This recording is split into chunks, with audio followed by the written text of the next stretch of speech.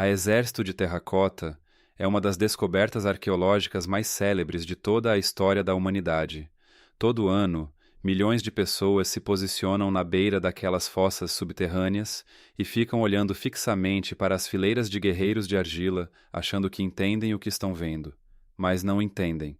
Albert Lin acabou de revelar uma camada abaixo de tudo isso que é, honestamente, perturbadora. E quanto mais fundo seus equipamentos chegavam, mais ficava claro que o imperador não construiu apenas uma tumba. Ele ergueu seu reino final por cima de algo monstruoso. Há coisas lá embaixo que não pertencem a um local de sepultamento. Câmaras secretas, anomalias estranhas no solo, uma história de traição que foi selada sob a terra enquanto pessoas ainda respiravam. Aqui está a verdade que os soldados de argila jamais deveriam deixar vir à tona. O exército não está lá para proteger o imperador. Ele está lá para garantir que a verdade nunca emerge. O reino proibido do além. A maioria das pessoas que visita esse local se concentra nos guerreiros, 8.000 figuras individuais de argila, cada uma única, cada uma com um rosto distinto, espalhadas por enormes fossas subterrâneas que se estendem muito além do que a maioria das pessoas imagina. Mas os guerreiros são apenas a entrada principal. A extensão completa desse complexo subterrâneo cobre milhares de hectares. Pesquisadores que analisaram o traçado geral acreditam que o imperador não estava simplesmente se preparando para a morte. Ele estava construindo uma versão completa e reserva do seu império.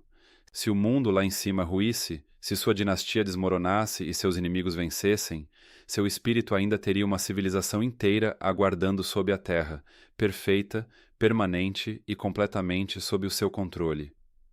É por isso que o complexo inclui estábulos de argila, ferramentas de bronze ainda funcionais depois de 2.000 anos e animais esculpidos com a mesma terra cozida usada nos soldados. Há pássaros de argila, equipamentos agrícolas de argila, cada detalhe da vida cotidiana reproduzido embaixo da terra para que o imperador não precisasse de nada.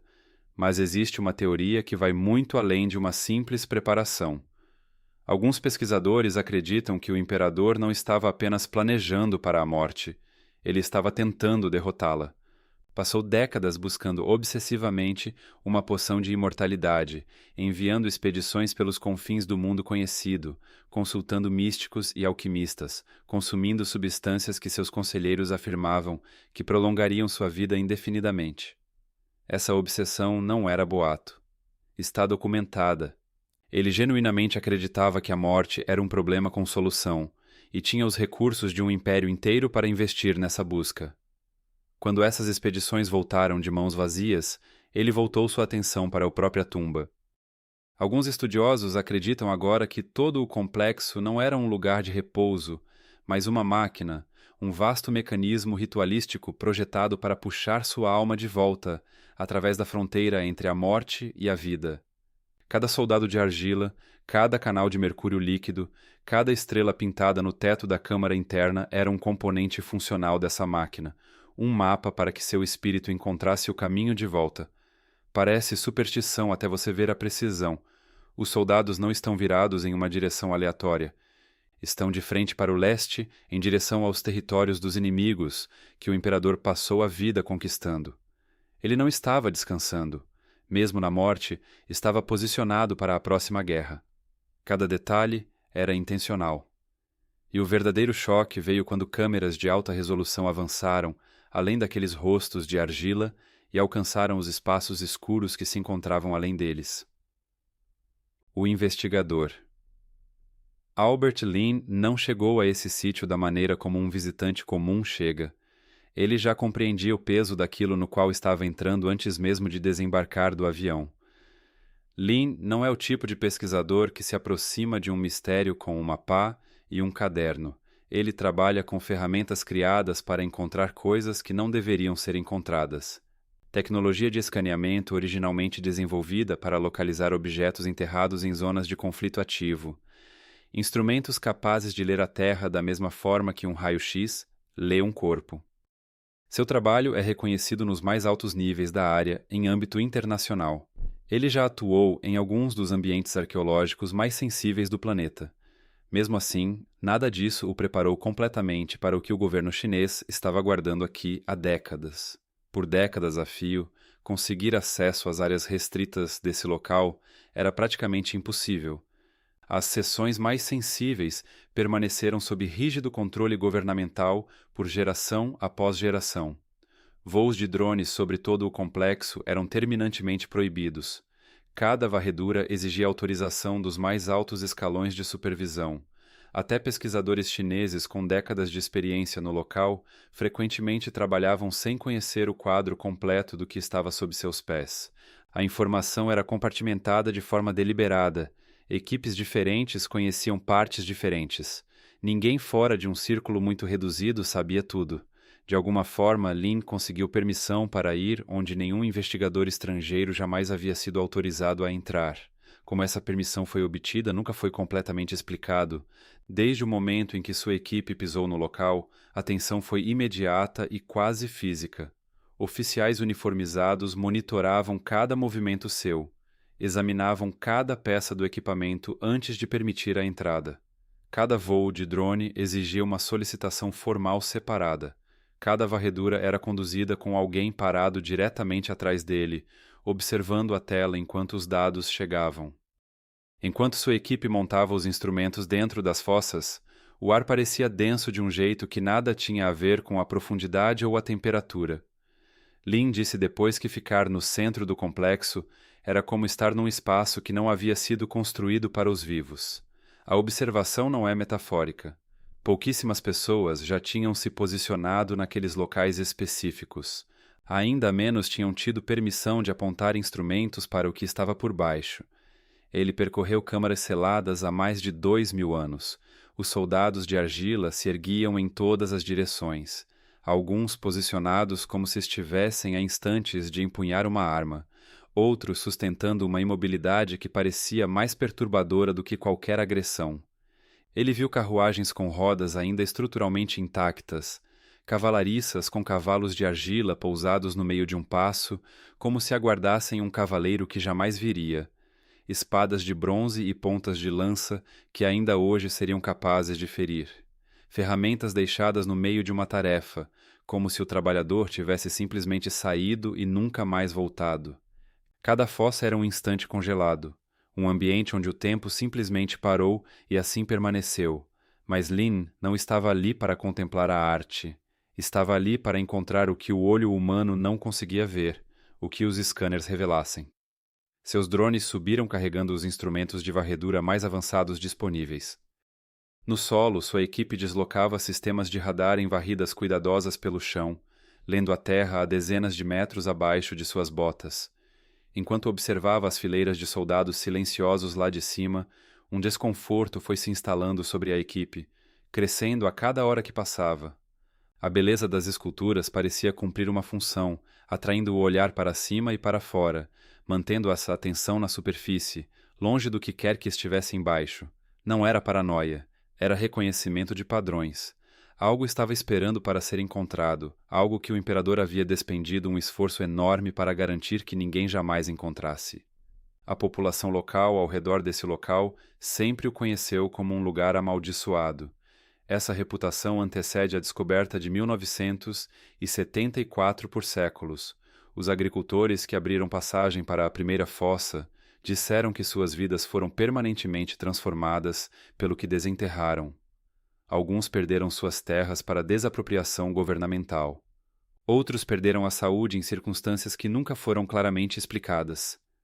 A história que circula, desde então, é que eles abriram algo que jamais deveria ter sido aberto, e que essa abertura deixou uma marca em todos que tocou.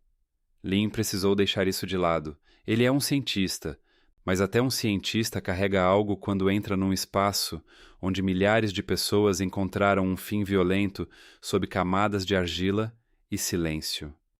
A tecnologia utilizada por Lin se chama radar de penetração no solo. Ela funciona disparando pulsos precisos de energia na Terra. Quando esses pulsos atingem algo sólido, uma parede, um piso, um objeto enterrado, uma massa de material comprimido, eles refletem de volta à superfície e constroem uma imagem do que está escondido abaixo. um mapa feito inteiramente de sombras e ecos. Quando esses mapas apareceram nas telas, a equipe ficou em silêncio. Paredes que não constavam em nenhum registro arquitetônico existente. Poços verticais que mergulhavam mais de 30 metros direto para dentro da terra e conjuntos de formas, milhares de objetos pequenos e densamente agrupados que ninguém conseguia identificar de imediato. Uma das teorias é que esses conjuntos representam os pertences pessoais do imperador, itens do cotidiano da sua vida reproduzidos em materiais permanentes para que nunca se deteriorassem. O tipo de objetos que um homem obcecado com a eternidade desejaria ter sempre por perto. Outra teoria é muito mais sombria. Alguns pesquisadores acreditam que os scanners não estavam lendo objetos algum. Estavam lendo os restos mortais da corte real do imperador. Não figuras de argila substituindo pessoas reais, mas pessoas reais colocadas ali em carne e osso, para servir na vida após a morte como haviam servido em vida. Quanto mais fundo os equipamentos alcançavam no solo, mais aquela paisagem subterrânea deixava de parecer um complexo e começava a parecer um enorme cemitério caótico. Camada após camada de terra revolvida, sombras profundas sem nenhuma explicação arquitetônica. A imagem que se formava naquelas telas não era o que ninguém havia esperado encontrar, a sepultura sob o exército. Por muito tempo, nenhuma aeronave jamais teve permissão para sobrevoar esse local. O espaço aéreo acima dele era, na prática, classificado. Albert Lin mudou isso. Ele se tornou a primeira pessoa a voar com equipamento de escaneamento sobre o complexo funerário do imperador e observá-lo lá de cima. Daquela altitude, a verdadeira escala do mundo subterrâneo ganhou nitidez de um jeito que décadas de pesquisas no nível do solo nunca haviam conseguido revelar. Ele utilizou uma ferramenta chamada LIDAR, um sistema de imagem baseado em laser que atravessa a vegetação, solo superficial e outros materiais de obstrução para mapear com precisão estruturas enterradas. O que ele mostrou sob as fossas que o mundo já conhecia foi uma densa e extensa rede de estruturas ocultas. Paredes soterradas se estendendo muito além dos limites conhecidos. Câmaras desmoronadas que não aparecem em nenhuma planta existente e áreas onde um grande número de pessoas parecia ter sido depositado na Terra ao mesmo tempo. Alguns desses locais apresentavam assinaturas térmicas compatíveis com incêndios antigos, evidências de eventos de calor intenso absorvidos pelo próprio solo, preservados ali por 2 milênios. Foi então que a equipe encontrou a seção que fez tudo parar. Nas profundezas abaixo dos pés dos soldados de argila, os escaneamentos revelaram conjuntos de buracos irregulares e perturbados na terra, caóticos demais para serem arquitetura intencional, organizados demais para serem resultado de processos geológicos naturais. O padrão correspondia àquilo que arqueólogos forenses reconhecem imediatamente: valas comuns.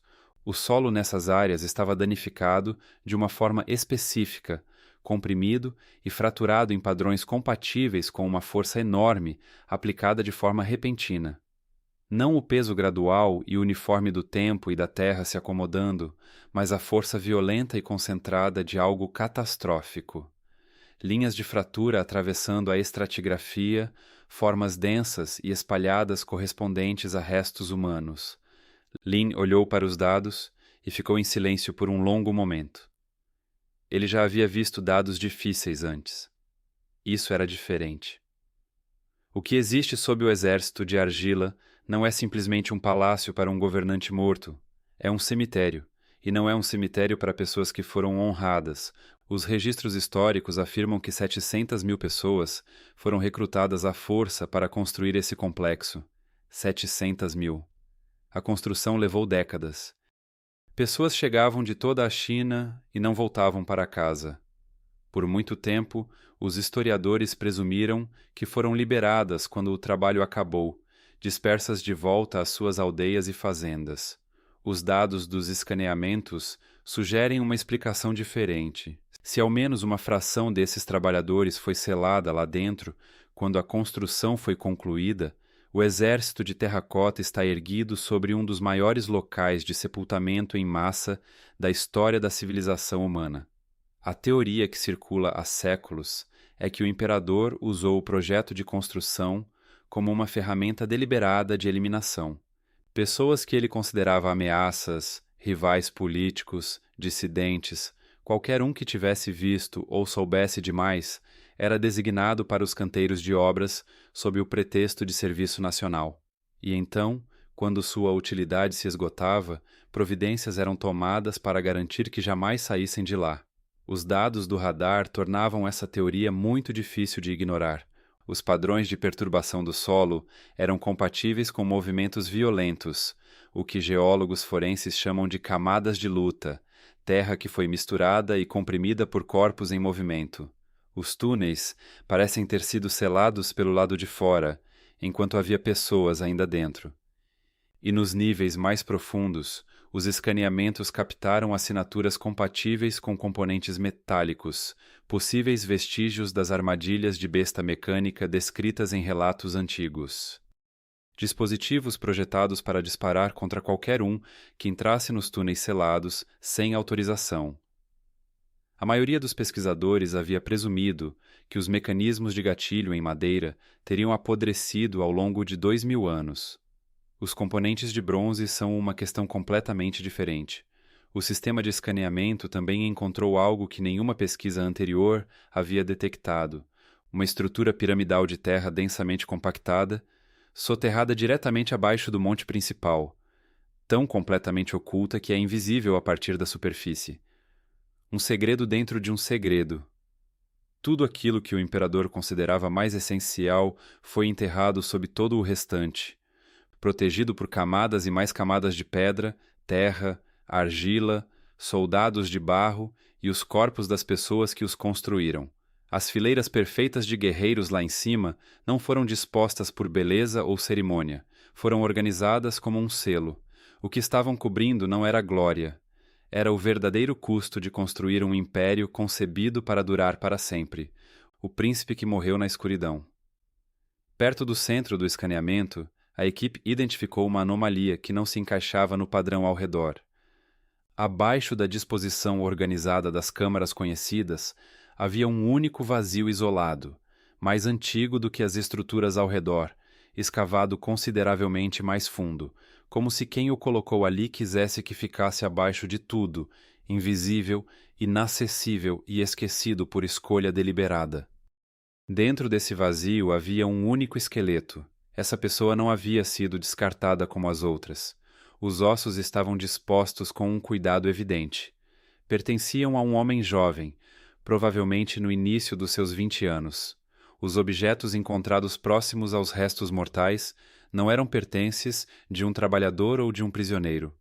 Eram caros de alto status, o tipo de posses carregadas por alguém que nasceu em uma posição de poder considerável. Mas o que silenciou cada pessoa naquela sala foi o que as imagens revelaram dentro do crânio: uma ponta de flecha de bronze, cravada profundamente no osso. Aquilo não foi um acidente. Não era o resíduo de uma batalha travada nas proximidades. Era uma execução, precisa, deliberada e realizada sobre alguém que havia sido enterrado separadamente, com cuidado, num local especificamente preparado para impedir que qualquer um o encontrasse. A questão de como ele morreu foi respondida em segundos.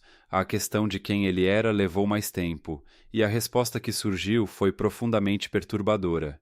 Registros antigos do período documentam os filhos do primeiro imperador, príncipes nascidos em um privilégio extraordinário, criados dentro de uma corte onde o poder e a paranoia coexistiam em igual medida, e a confiança era algo que ninguém podia estender com segurança a ninguém. Vários desses príncipes desapareceram dos registros históricos sem qualquer explicação. Seus nomes apareciam em documentos e então simplesmente paravam. Nenhum relato de suas mortes, nenhum registro de exílio ou desonra, apenas um silêncio onde uma vida costumava existir, como se o próprio registro tivesse recebido a instrução de esquecê-los. À medida que os pesquisadores examinavam os detalhes em torno desse sepultamento, a localização em relação ao Monte Central, a qualidade dos objetos funerários, a profundidade, o cuidado extraordinário tomado para ocultá-lo do alto, uma imagem foi se formando que ninguém naquela sala queria aceitar. Aquele não era um trabalhador, não era um prisioneiro comum. Esse jovem pode ter sido um dos próprios filhos do imperador. Ele não foi morto por um inimigo de fora, foi morto por uma ordem que veio de dentro de sua própria linhagem. A câmara em si reforçava o horror, não tinha a forma de um túmulo, suas dimensões correspondiam às de uma cela de confinamento. O posicionamento do esqueleto sugeria que o jovem pode ter sido mantido vivo naquele espaço subterrâneo por semanas ou meses, antes do fim chegar, respirando, em silêncio, apagado do mundo acima, enquanto ainda estava muito presente no mundo abaixo. As marcas de tensão visíveis na estrutura óssea eram compatíveis com o confinamento prolongado em condições difíceis. Existe uma teoria sobre quem deu a ordem. O sucessor do imperador foi seu segundo filho, um homem que tomou o poder imediatamente após a morte do pai. Os historiadores suspeitam há muito tempo que sua consolidação do poder envolveu a eliminação sistemática de cada irmão que pudesse desafiar de forma crível sua reivindicação ao trono. Não um ou dois concorrentes, todos eles. Os escaneamentos encontraram múltiplos vazios adicionais com as mesmas dimensões da câmara desse príncipe, distribuídos em intervalos ao redor do monte principal. A mesma forma, a mesma profundidade, o mesmo posicionamento deliberado abaixo do nível de tudo o mais. Uma geração real inteira, apagada e enterrada ao lado dos trabalhadores e prisioneiros que construíram o túmulo do pai. Aos olhos do homem que assumiu o trono, todos eram igualmente perigosos, todos eram segredos, e os segredos no mundo que o primeiro imperador criou pertenciam ao subsolo. Os pergaminhos que sobreviveram dentro de câmaras seladas, próximas ao local de sepultamento principal do imperador. Os pesquisadores encontraram algo que não esperavam encontrar ainda existindo depois de 2000 anos: pergaminhos de bambu. Para preservá-los, a equipe precisou trabalhar dentro de um ambiente controlado, onde temperatura e umidade eram mantidas dentro de tolerâncias medidas em frações. Os pergaminhos eram extraordinariamente frágeis.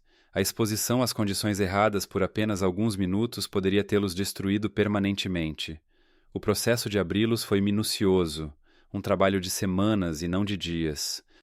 O que os textos continham, quando finalmente foram lidos em voz alta, não era um catálogo de conquistas. Não era um monumento ao legado do imperador. Pareceu, para os historiadores que o leram, mais como um registro de crimes. Linha por linha, os pergaminhos descreviam uma sociedade governada pelo medo e não pela lei. Um documento registrou um decreto imperial ordenando que 460 estudiosos e intelectuais fossem enterrados vivos, não executados rapidamente. Enterrados.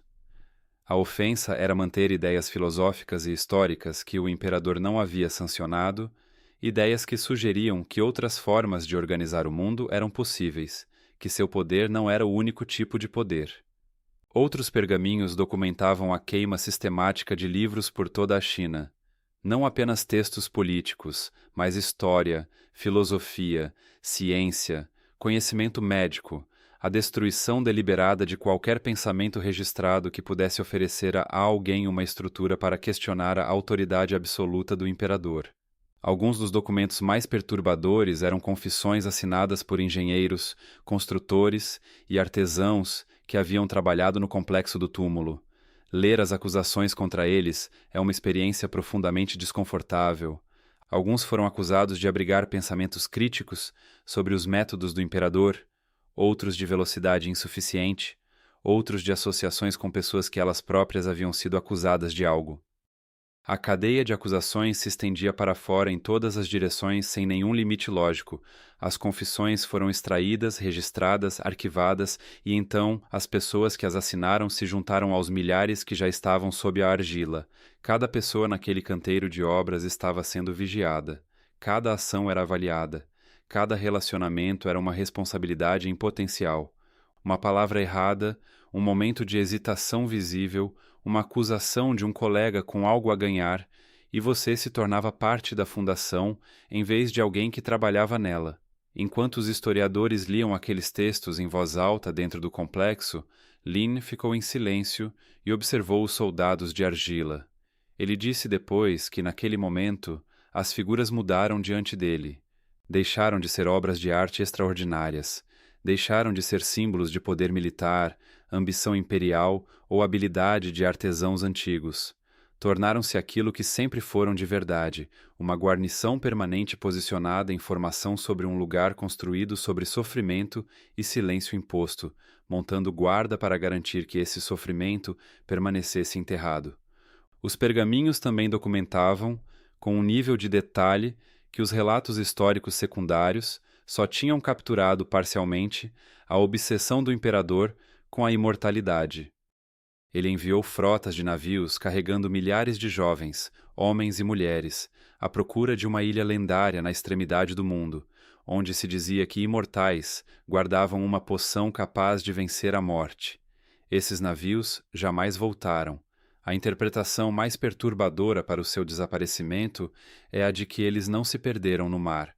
Alguns historiadores acreditam que o imperador deliberadamente providenciou para que nunca regressassem, porque voltar sem a poção significaria apresentar-se diante da corte e confirmar publicamente que o imperador era um homem mortal, que iria envelhecer, enfraquecer e morrer como qualquer outra pessoa que alguma vez tivesse vivido.